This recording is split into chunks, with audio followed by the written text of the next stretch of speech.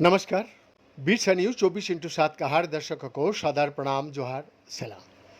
दर्शक, आप लोग सोच ही नहीं सकिएगा, एक नया सोच से पता चला ये किसी व्यक्ति का दांत इस बात का चौंकाने वाला सुराग दे सकता है कि अग्नाशय के कैंसर की सर्जरी के बाद वो कितने समय तक जीवित रह सकता है।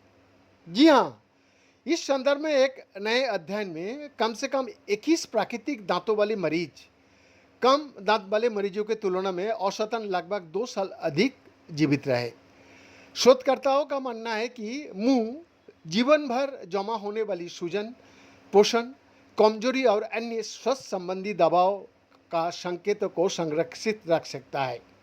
इस संदर्भ में हिरोशिमा विश्वविद्यालय की वैज्ञानिकों ने इस बात की जांच की कि क्या मौखिक स्वस्थ अग्नाशय वाहिनी एडिनोकार्सिनोमा के लिए शल्य चिकित्सा द्वारा इलाज किए गए लोगों में दीर्घकालिक परिणामों की भविष्यवाणी करने में सहायक हो सकता है।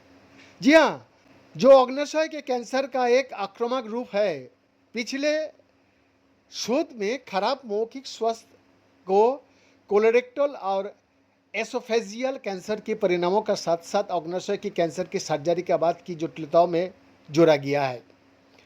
एक नए अध्ययन में अल्पकालिक जटिलताओं की बजाय अंग का पूर्ण या आंशिक भाग का शल्य चिकित्सा द्वारा हटाने के बाद जीवित रहने की संभावना पर ध्यान केंद्रित किया गया और ये निष्कर्ष 23 अप्रैल 2026 को जर्नल ऑफ हेप्टोबाइलरी पैंक्रियाटिक साइंस में प्रकाशित हुआ था।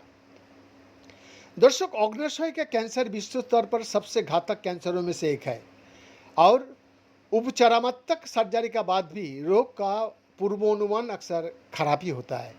इस विषय में हिरोशिमा विश्वविद्यालय की graduate school of biomedical and health sciences के एसोसिएट प्रोफेसर और इस अध्ययन के मुख्य लेखक कैनिशिरो ओमुरा जी ने कहा ये बात। उन्होंने हाल ही में कई महत्वपूर्ण अध्ययनों से उनका पता चला कि पोर्फिरोमनेस जिंजिवालिस जैसे पेरियोडेंटल रोगजनक अग्नाशय के कैंसर का विकास और ट्यूमर की प्रगति में योगदान दे सकता है। हालांकि ये अभी तक स्पष्ट नहीं है कि अग्नाशय के कैंसर के रोगियों में मौखिक स्वास्थ्य स्वयं ऑपरेशन के बाद जीवित रहने की दर को प्रभावित करता है या नहीं। दर्शक, शोधकर्ताओं ने 2014 से 2022 के बीच हिरोशिमा विश्वविद्यालय अस्पताल में रेडिकल पैंक्रियोटेक्टोमी, एक ऐसी सर्जरी जिसमें अग्नाशय का पूरा या आंशिक भाग, कभी कभी अन्य अंगों का कुछ हिस्सों के साथ हटा दिया जाता है, उससे गुजरने वाले 339 लगातार रोगियों की जांच किया गया। सर्जरी से पहले प्रत्येक रोगी का दांत का जांच किया गया।